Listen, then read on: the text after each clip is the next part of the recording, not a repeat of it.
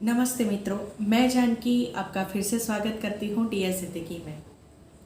हम भी अगर बच्चे होते तो हमारा हृदय भी कोमल होता। आज मैं एक छोटे से बच्चे की कहानी लेकर आई हूँ जो ईश्वर से मिल के आया है। छुट्टी का दिन था तो बच्चे ने अपनी स्कूल बैग की किताबें सारी निकाल दी और उसमें वेफर्स के पैकेट, बिस्किट, चॉकलेट सब उसने भर दिया। अपनी माँ से अचार और पराठे मांगे और वो लंच बॉक्स में भरने लगा। वाटर बॉटल भरी, तब तक माँ कुछ नहीं बोली। जब उसने बैग कंधे पर लटकाई और वाटर बॉटल ली तब माँ से रहा न गया और माँ ने पूछ ही डाला, कहाँ जा रहे हो बच्चे? उसने गंभीर स्वर में कहा, ईश्वर से मिलने जा रहा हूँ। माँ मन ही मन मुस्काई और माँ को लगा कि शायद बच्चे पिकनिक के लिए गार्डन तक जा रहे होंगे, तो माँ ने भी कुछ बोला नहीं और बच्चा भी निकल पड़ा। गार्डन उसके घर से थोड़ी ही दूरी पर था, लेकिन चलते चलते वो थक गया था और गार्डन में आकर एक बेंच पर बैठ गया। अपनी बैग में से उसने लंच बॉक्स निकाला क्योंकि भूख लग रही थी। बेंच की दूसरी ओर एक भिखारी बैठा था जो दूसरी ओर पंछियों को देख रहा था।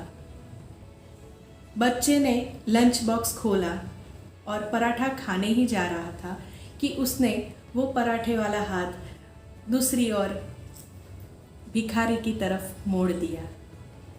भिखारी भी कुछ नहीं बोला और चुपचाप उसने पराठा खा लिया। बदले में बच्चे को एक प्यारी सी कृतज्ञता वाली मुस्कान दे दी। बच्चे ने भी उसको मुस्कान दी। फिर उसने दूसरा पराठा उठाया और वो खाने लगा। फिर से उसने आधा करके उसको दिया। अब बच्चे को मज़ा आने लगा था, उसको प्यारी मुस्कान जो मिल रही थी। फिर उसने उसी तरह वेफर, बिस्किट, चॉकलेट जब तक खाना ख़त्म नहीं हुआ उसको देता रहा और वो मुस्कान लेता रहा। अब खाना ख़त्म हो चुका था क्योंकि शाम हो गई थी। बच्चा उठकर जाने लगा। थोड़ी देर आगे गया और फिर अचानक से रुक गया।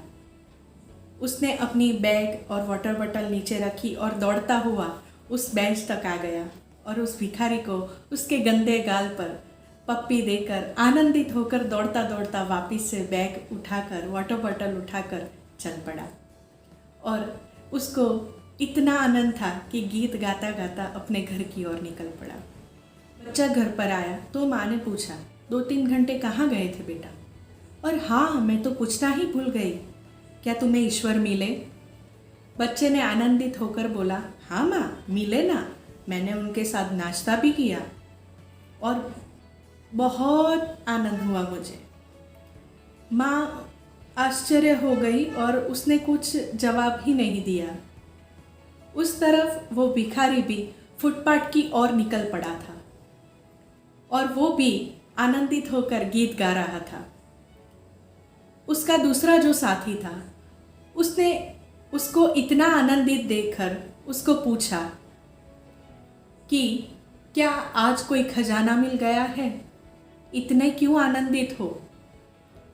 तो उसने भी कहा मुस्कुराकर कि आज मैं ईश्वर से मिला। जब माँ ने बच्चे को पूछा कि ईश्वर कैसे थे, तो बच्चे ने बताया कि मुझे मालूम नहीं था माँ कि ईश्वर इतने बूढ़े होंगे और इतने अच्छे होंगे, मैंने कभी नहीं सोचा था। और इस तरफ भिखारी ने भी उसके साथी को बोला कि मुझे पता नहीं था कि ईश्वर इतना छोटा होगा। हम भी पूरे दिन में न जाने कितने ही ईश्वर से मिलते होंगे, लेकिन उस बच्चे जैसा प्यारा सा दिल हमारे पास शायद नहीं है।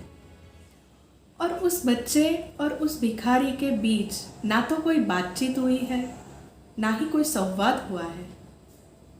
बस एक प्यारी सी मुस्कान वो ही एक दूसरे को दी है।